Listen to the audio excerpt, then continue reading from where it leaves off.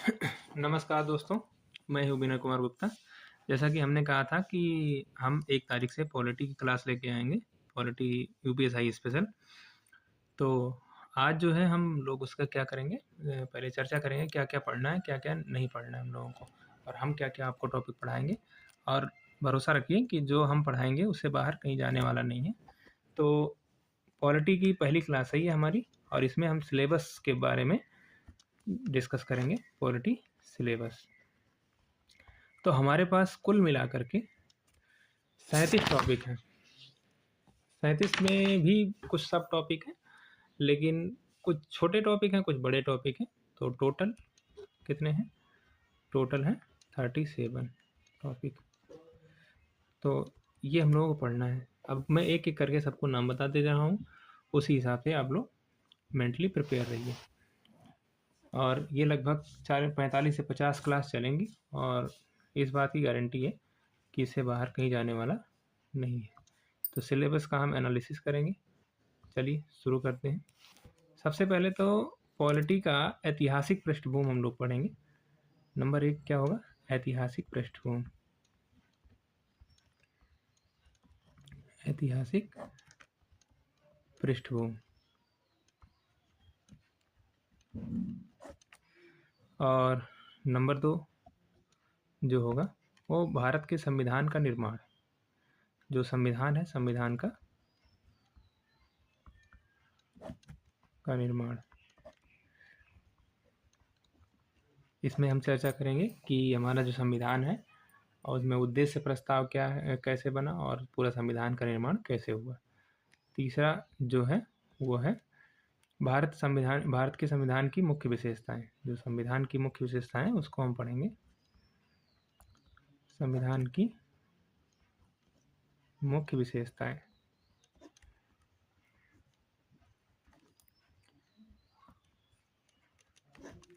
और चौथा है संविधान की उद्देशिका।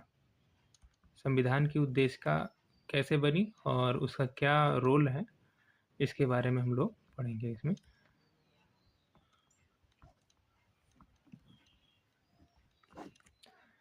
उद्देशिका। पांचवा हम लोग पढ़ेंगे राज्य और संघ क्षेत्र, जिसको कहते हैं राज्य क्षेत्र। तो भाग 1 हम पढ़ेंगे। भाग 1 पढ़ेंगे, सॉरी, भाग 1 पढ़ेंगे। और इसमें अनुच्छेद 1 से लेकर के 4 तक होगा।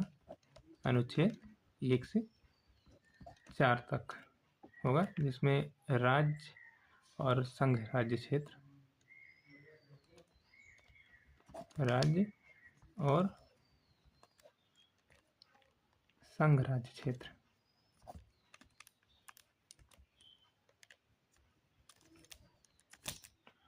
संघ राज्य क्षेत्र। और छठवां जो हम पढ़ेंगे और नागरिकता पढ़ेंगे, भाग 2।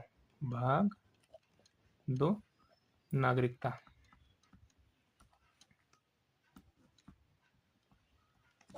नागरिकता पढ़ेंगे। और सातवां जो हम पढ़ेंगे मूल अधिकार, भाग 3। भाग 3 मूल अधिकार।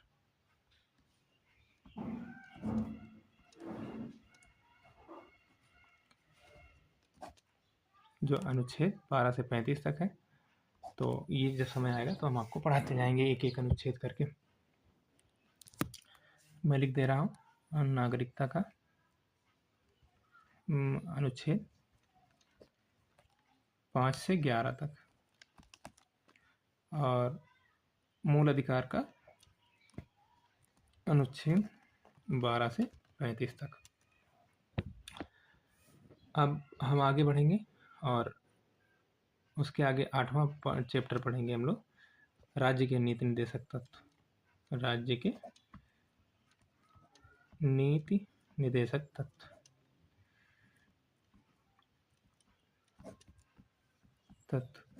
और इसमें हम पढ़ेंगे 36 से 51 तक। इसके बाद मूल कर्तव्य, बहुत छोटा चैप्टर है, 9 नंबर है मूल कर्तव्य।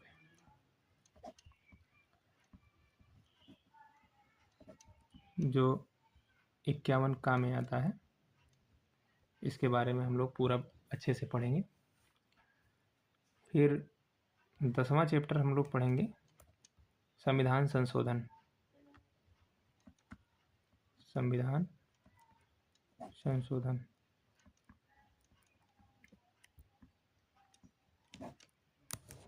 अनुभाग 20 है ये।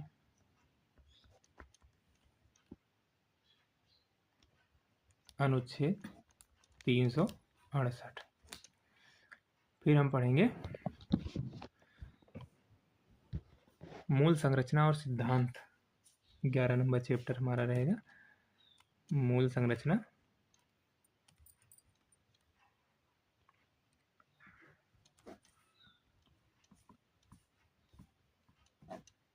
और सिद्धांत।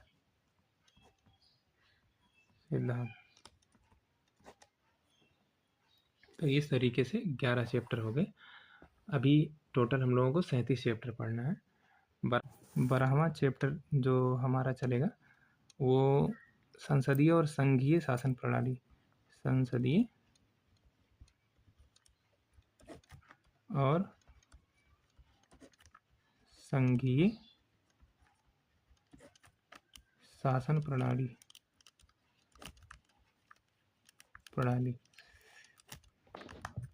उसके बाद 13वां चैप्टर जो चलेगा केंद्र राज्य संबंध चलेंगे।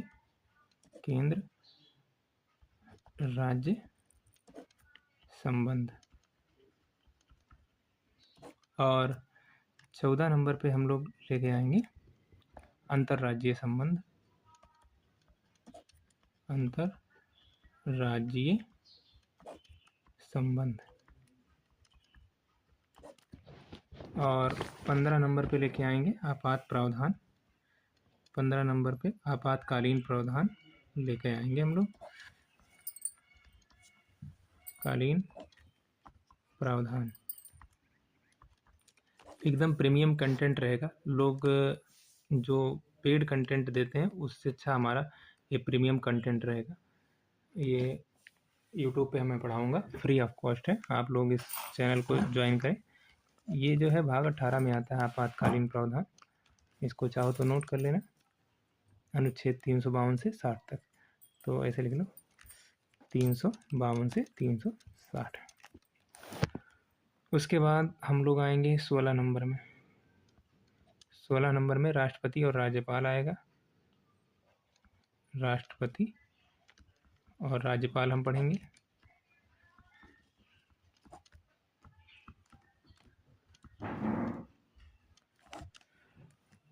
और 17 नंबर चैप्टर जो हमारा रहेगा 17 नंबर उपराष्ट्रपति हम पढ़ेंगे। उप राष्ट्रपति। और 18 नंबर जो चैप्टर हम पढ़ेंगे वो प्रधानमंत्री और मुख्यमंत्री पढ़ेंगे। प्रधानमंत्री और मुख्यमंत्री। क्योंकि ये सारे के सारे लगभग सेम ही हैं, इस वजह से प्रधानमंत्री और मुख्यमंत्री हम एक साथ पढ़ेंगे। और 19 नंबर में हम लोग पढ़ेंगे केंद्रीय मंत्रिपरिषद और राज्य मंत्रिपरिषद। केंद्रीय मंत्री परिषद और राज्य मंत्रिपरिषद परिषद। तो ये हम लोग पढ़ेंगे 19 नंबर चैप्टर में। और जब 20वां टॉपिक हम लोग पढ़ेंगे या 20 नंबर चैप्टर कह लो तो संसद पढ़ेंगे। उसमें हम संसद किस में आता है? भाग 5 में आता है। भाग 5 में किससे कहाँ तक आता है? 79 से 122 तक आता है। तो ये भी पढ़ेंगे। उसके बाद हम पढ़ेंगे 21 नंबर चैप्टर राज्य मंत्री विधानमंडल। राज्य विधानमंडल। राज्य विधानमंडल हम लोग पढ़ेंगे। और ये कहाँ से चलता है? 168 से 212 तक। 168 से 212 तक। फिर हम लोग पढ़ेंगे उच्चतम न्यायालय। 22 नंबर उच्चतम न्यायालय पढ़ेंगे। इससे क्या होगा कि आप लोगों को याद करने में बड़ा आसानी रहेगा। जैसे संसद पढ़ लिया, फिर राज्य विधानमंडल, इन सब की जो संरचना है वो सारी चीज़ें लगभग समान है, इस वजह से आसानी रहेगी इसको याद करने में। तो उच्चतम न्यायालय हम लोग पढ़ेंगे। और ये कहाँ से कहाँ तक है? अनुच्छेद 124 से 146 तक है। और फिर उसके बाद हम लोग पढ़ेंगे उच्च न्यायालय। 23 नंबर चैप्टर में उच्च न्यायालय पढ़ेंगे।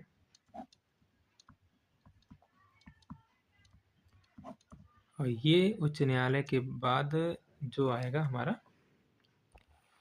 वो न्यायिक समीक्षा और न्यायिक सक्रियता। ये बहुत इम्पोर्टेंट, ये स्पेशल टॉपिक में आता है यूपीएसआई के। तो ये जो है आप लोगों को याद रखना है कि हम लोग उसके बाद पढ़ेंगे 24 नंबर जो टॉपिक है हमारा, वो न्यायिक समीक्षा और न्यायिक सक्रियता पढ़ेंगे। PIL जिसको कहते हैं, उसमें अंतर क्या है और वो है क्या चीज़। तो न्यायिक समीक्षा और न्यायिक सक्रियता।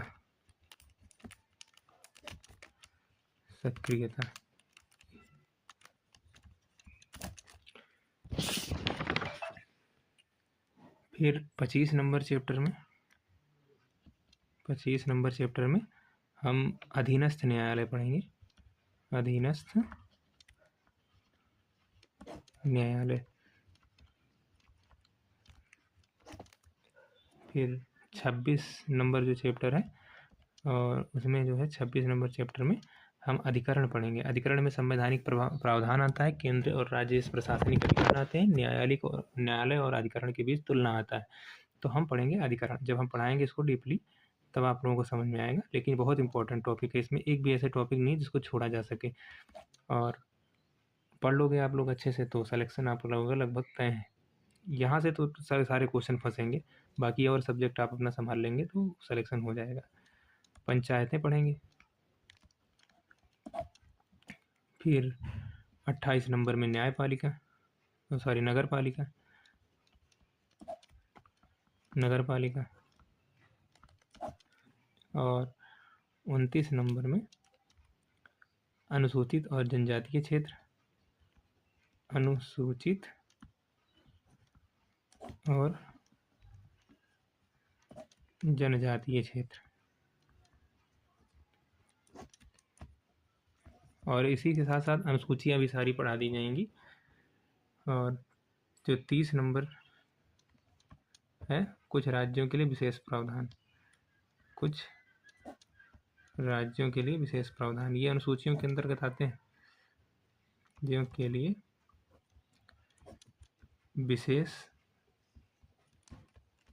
प्रावधान। उम्मीद है यूपीएसआई की जो नई वैकेंसी है वो सितंबर लास्ट या अक्टूबर, या हो सकता है मैक्सिमम नवंबर तक आ जाएगी। तो आप लोग उसके लिए प्रिपेयर रहिए और चैनल को भी शेयर करते रहना, क्योंकि जब व्यूज नहीं आते तो मज़ा नहीं आता पढ़ाने में, जब सब्सक्राइबर नहीं बढ़ते हैं। तो आप लोग इसको जो है शेयर करते रहना।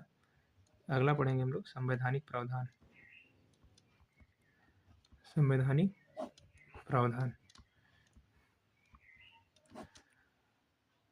जो संवैधानिक प्रावधान का मतलब निकाय वगैरह, जो संवैधानिक निकाय है ना, संघ राज्य एवं लोक सेवा आयोग, भारत निर्वाचन आयोग, और अनुसूचित जाति जनजातीय आयोग पिछड़े वर्गों के लिए, भारत के महान्यायवादी, राज्य का महाधिवक्ता, GST परिषद और भाषाई अल्पसंख्यक के लिए विशेष अधिकार, वित्त आयोग, ये सारी चीज़ें इसमें आते हैं संवैधानिक निकाय में।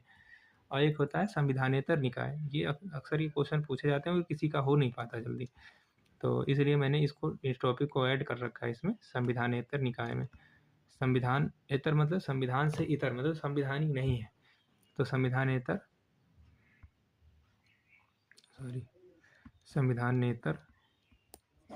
निकाय हम पढ़ेंगे। और इसमें क्या होना आता है, राष्ट्रीय एवं राज्य मानवाधिकार आयोग, केंद्रीय अन्वेषण ब्यूरो जिसे CBI जिसको कहते हैं, केंद्रीय एवं राज्य सूचना आयोग, केंद्रीय सतर्कता आयोग CBC, लोकपाल और लोक आयुक्त, नीति आयोग, राष्ट्रीय भारत और परिवर्तन संस्थान जिसको कहते हैं। ठीक है, तो ये सारी चीज़ें हम लोगों को पढ़ना है।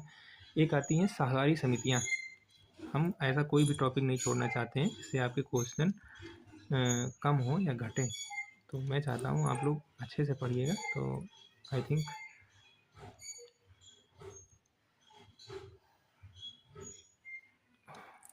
ये जो है संविधानेतर निकाय,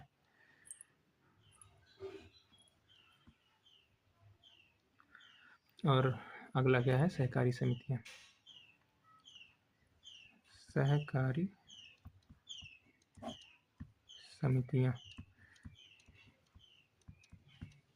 ये सब हल्के हल्के टॉपिक हैं, छोटे छोटे से। और फिर आता है 34 नंबर पे। 34 नंबर पे आता है दल बदल कानून। दल बदल कानून। तो दल बदल कानून 34 नंबर पे आता है। और इसके आगे हम लोग पढ़ेंगे 35 नंबर। तो 35 नंबर जो टॉपिक है हमारा वो है राजभाषा। राजभाषा से तो आप लोगों को पता है हिंदी में भी आता है और पॉलिटी में भी आता है। तो राजभाषा ज़रूर पढ़ना है हम लोगों को। और कहाँ से कहाँ तक है, 343 से 351 तक, बहुत इंपॉर्टेंट है। 343 से 351 तक मोस्ट इम्पॉर्टेंट। और संविधान की अनुसूचियाँ और वरीयता अनुक्रम, उसके बारे में पढ़ेंगे 36 नंबर चैप्टर में। 36 नंबर जो है संविधान की अनुसूचियाँ। संविधान की अनुसूचियाँ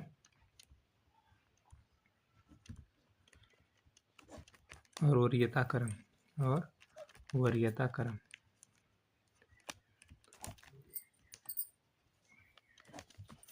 और उसके बाद 37 नंबर चैप्टर में हम लोग पढ़ेंगे, और अंतिम है ये अन्य संविधानेतर निकाय।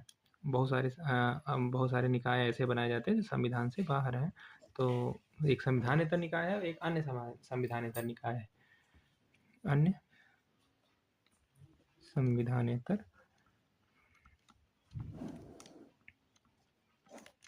निकाय, इसमें हम लोग पढ़ेंगे राष्ट्रीय महिला आयोग, राष्ट्रीय बाल संरक्षण आयोग, राष्ट्रीय अल्पसंख्यक आयोग, राष्ट्रीय अन्वेषण अभिकरण, जिसको NIA कहते हैं, राष्ट्रीय आपदा प्रबंधन प्राधिकरण NDMA, राज्य आपदा प्रबंधन प्राधिकरण SDMA, जिला प्रबंधन प्राधिकरण DDMA, और भारतीय विधिक परिषद, जिसको बार काउंसिल ऑफ इंडिया कहते हैं। ये बार काउंसिल ऑफ इंडिया बहुत इंपॉर्टेंट तो नहीं है, लेकिन पढ़ा दूंगा मैं।